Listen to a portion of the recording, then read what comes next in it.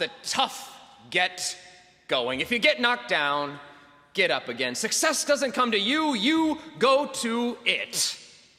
When life hands you lemons, make lemonade. Friends, let's face it, sometimes life is hard. Not all the time, but sometimes life is hard. We lose our job. The people we love get sick. Things don't go according to plan.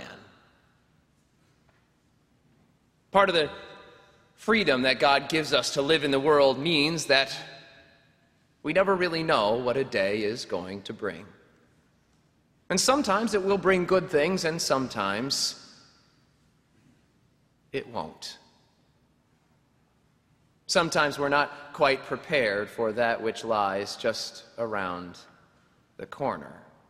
And while we have these cute little maxims, these proverbs that are designed to help remind us we can, if with some work, get through these things, the truth is we know from experience that when life hands us lemons, we can squeeze the heck out of those things and still end up with a juice that is just plain sour. But as hard as it is to swallow some of those proverbs, they do point to an undeniable truth. That in the end, there's no way to get through tough times except to just get through them. As hard as it is to accept, for better or for worse, there's no perfect way. There are less healthier ways, but there's no perfect way, no magical way to get through a difficult time. We just have to get through it. We have to find our way through whatever circumstance we find ourselves in. The good news, friends, is that we don't have to face it alone. That's part of the reason we're here together, so we don't have to squeeze the lemons ourselves. Friends, there's sweeteners all around us, from the presence of God to the support of a loving community of faith to the wisdom of those who have come before. And so we might not know always what a day is going to bring, but we do know we won't have to face it together, which, friends, means we have the freedom to dream.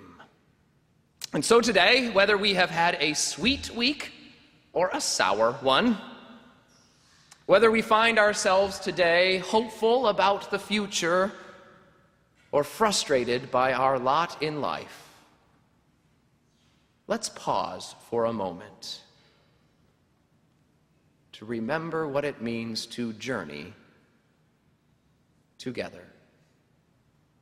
The beginning of this year of dreaming, let's pause to remember we dream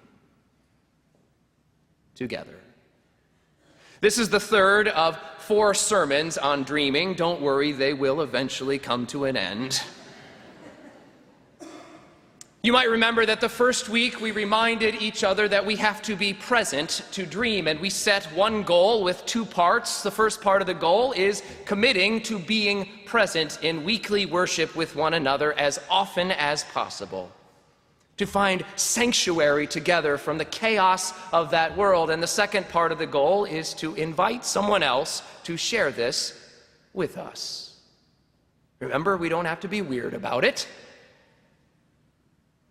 We just have to share with somebody else what we have found.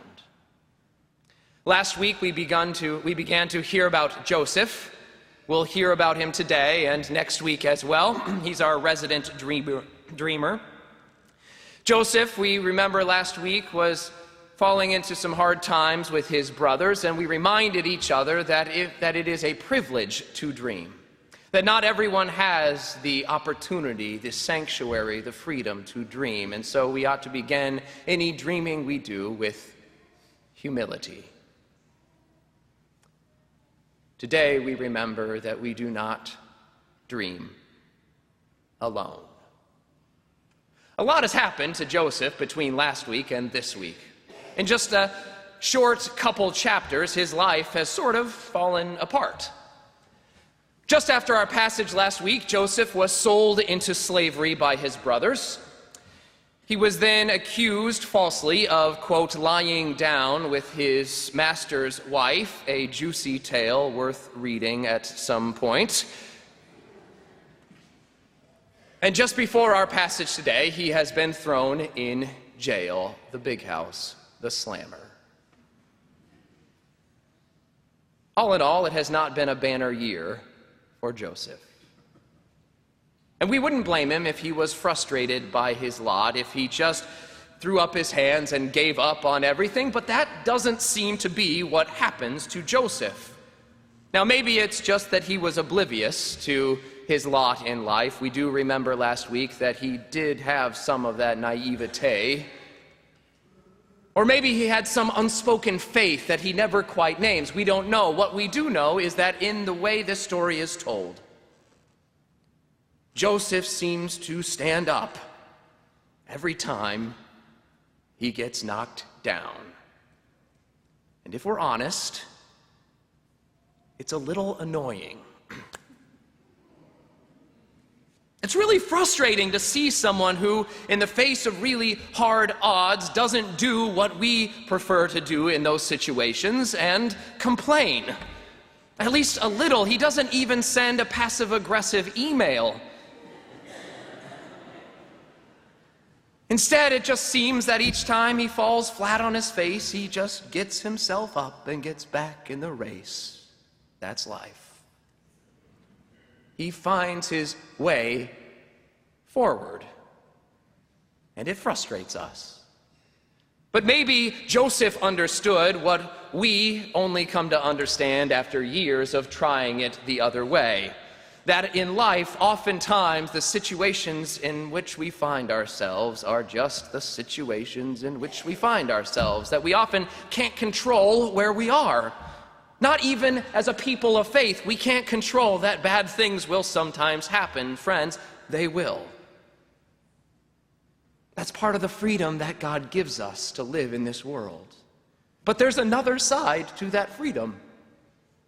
And it's what Joseph seemed to understand, that though we can't control what is going to happen to us, we do have a choice in how we respond. That's what we mean by free will. We get to choose how we respond. And truth be told, some of us will respond better than others. To be clear, this doesn't mean that we can't ever complain. There are times when it's really cathartic to complain, to get something off our chest, to name some injustice, some unfairness about our world. The truth is, we live in a world in which some things are not fair. It's not fair that some of us lose people we love and some of us do not. It's not fair that some of us get sick and some of us do not. It's not fair that some of us have to struggle for every inch we can make forward and some of us do not. The truth is, it's not fair. No, Joseph isn't reminding us that we can't complain. He's telling us that we can't stay there. That if we want to find our way to fullness of life, we can't stay with just complaining. No, we can't complain our way from lemons to lemonade. At some point, we have to pick them up and start squeezing. Joseph seemed to recognize in our passage today that if he wanted to find his way to fullness of life, then he was going to have to work on his relationships, to handle the things that he could face. He didn't have any choice about being in prison. He was in prison. But what he could work on was how he interacted with the people around him. Friends, we often can't control the situations in which we find ourselves. Sometimes we can, but oftentimes we can't. What we control is the way we interact with people once we find ourselves there. Joseph knew that if he was going to find life, it meant working on his relationships, person to person, face to face, soul to soul. The same is true for us. no matter where we find ourselves this morning, in that sweet place or the sour one. We can work on our relationships. We might not be able to control everything else, but we can work on the way that we interact with one another. This is where God is found. Remember the words of Jesus, wherever two or more are gathered, I am there, person to person. That's where we find life. Life is found in our relationships, in our interactions with one another. That's where God lives. The closer we get to God, the closer we get to one another, and vice versa. That's how this thing works. Joseph gave us an example. When he was in prison, he made friends with the prisoners, and he went walking around in the morning, and one morning he noticed something was wrong. Our story begins a little like a bad joke. So a cupbearer and a baker go into a prison. And Joseph befriends them for, quote, some time. And as he's going around doing his morning jaunt, he sees this baker and this cupbearer, and he notices that something is wrong. And then he says something. Do you hear? He noticed that something was wrong. And then he said something. Now that might sound simple. But any of us who have ever longed for someone to notice how we were feeling knows that it's not. The truth is, all of us at some level want to be noticed. All of us at some level want someone else to look at us and to see that something is wrong or right, or just see something. Perhaps the lesson from Joseph is that if we see something, we ought to say something. We never know what is going on in someone's life. And oftentimes they won't show it to us, but when we see it, friends, we as people of faith have a responsibility to ask about it. As anyone who's ever been in a relationship will tell you, you might not always get a straight answer. But it's important that you ask. Certainly that was the message of the Pope this week. In some ways. What a guy. Sure, we might not agree with everything he says, but man, his heart is in the right place. He seemed to recognize that we can't just see that there's inequities in this world. We have to say something about them. We have to do something about them. It's not enough to just say, yes, I know there are hungry children in Rochester. We have to do something about it. To say something about it. Those of us who dream of a better life for this church, for this community, for this world, we have to both see something and say something. That means being willing, as hard as it is, to share in another person's suffering. To walk alongside them for a moment. Howard Thurman said that to share in another's suffering is an act of love. To voluntarily share in another's suffering is an act of love. Friends, we as a community are called to love, to notice what is going on with each other and with this world, and then do something about it. Joseph gave us one example. When he sees the cupbearers and the baker, he asks what is going on, and they tell him, well, we've had these dreams, but there's no one here to interpret them. And then he has this funny little line where he says, well, interpretations belong to God. Please tell them to me. Interpretations belong to God. Please tell them to me. And for years I've been confused by this line. But maybe what he is saying is what we've been trying to say, which is God is in the interaction itself. That when we see another person face to face, heart to heart, soul to soul, that is where we find God. Wherever two or more are gathered, I am there. Where there is truth, where there is hope, where there is love, God is there. And so he listens to these dreams,